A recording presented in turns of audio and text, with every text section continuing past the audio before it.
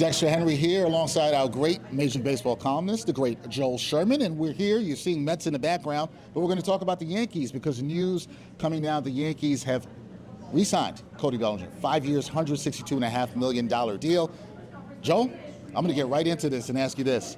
What do you make of the deal? We knew Bellinger wanted a lot of years here. He only gets 5 years. Is this a good deal for both sides?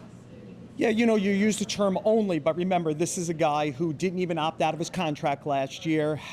It isn't that long ago that he was a designated for assignment player. He kind of had a scrounge around for a 1-year deal, then a 3-year deal with opt-out. So 5 is a lot for this player, and he's so clear. I kept comparing this to DJ LeMahieu after the 2020 season, right? He had a very successful 19 and 20. He clearly wanted to stay a Yankee. The Yankees wanted to keep him. They haggled and signed on January 27th. This was Bellinger so clearly wanted to stay. The Yankees so clearly wanted to keep him. And here we are, I think it's January 21st, and they've gotten to the finish line because it was a marriage they wanted to figure out how to do. And there probably wasn't 6 or 7 out there someplace else, and so the Yankees were the team that was willing to do what they needed to do to get it done. And we saw the Yankees now do what they needed to get it done. This has been a pretty quiet offseason for the Yankees. I think a lot of fans wanted to see this happen and him come back. Do you expect the Yanks to do anything else beyond Bellinger to improve this team as we head to the 2026 season? So I think this was the only player they were going to blow up the payroll this much for, get into like about 315, 320, which is where I think they'll be. And now, will they go and find a right-hand hitting catcher? I think so. Will they find another relief pitcher? I think so. Will they keep an eye on the starting pitching market?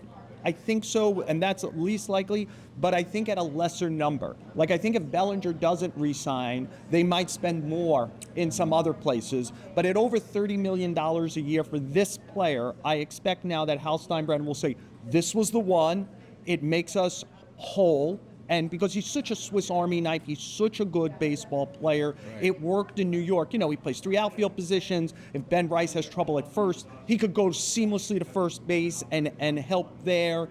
He hits lefties. He hits in the clutch. His numbers at Yankee Stadium were great last year. Question's gone. He could play in the city. You know that. And right. So he's a answer to the puzzle for them, and now I think around the edges they'll see if they can improve some other stuff, but I don't think any more big stuff is coming.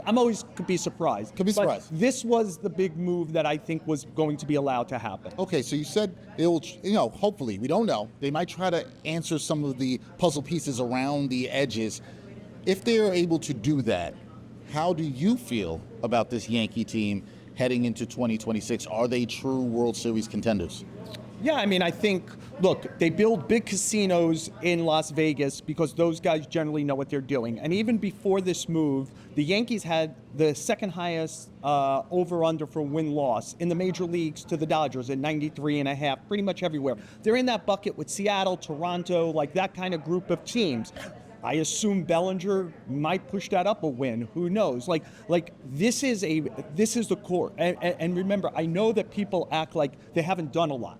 But last July, they added a lot of players who had time this year.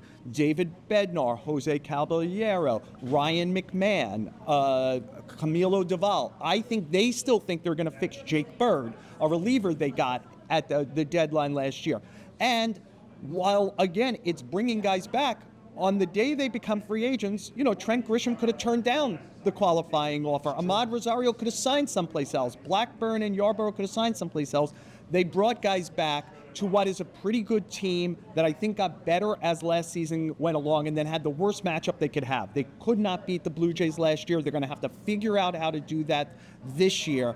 But Bellinger helps. Bellinger is a good baseball player who can play in New York with a high baseball IQ. So it sounds to me, when I hear you say all that, it sounds like you're going to hear a lot of talk around the Yankees and from their fans. You're going to hear the C word, continuity, because you have some of that. Does that bode well for them going into the season? Continuity, I'll give you a second C. Cole. They didn't have Garrett Cole for a single inning last year and won 94 games. When do they get Garrett Cole back? When do they get Carlos Rodon back? When do they get Clark Schmidt back? what level. They're all elbow injuries and surgeries at different levels. So, like, I would expect, I think loosely the Yankees think Rodon May 1st, Cole June 1st, Schmidt August 1st, right? But what version? Like, are they a year away from being their best selves? Do they walk right in? I can make a case today that the Yankees' biggest concern post-Bellinger is their rotation. And I can make a case if those guys come back and look like themselves, they have the best rotation in the American League. The variable is great, yes. And wherever that variable ends up is who the Yankees will be in 2026. Well, we'll see who the Yankees will be in 2026, but a good day for Yankee fans. They get Cody Bellinger back in the fold. 5 years, $162.5 million. Joel Sherman, he thinks it's a good deal for both sides. That is the great Joel Sherman, our MLB columnist for the New York Post. Signing off here.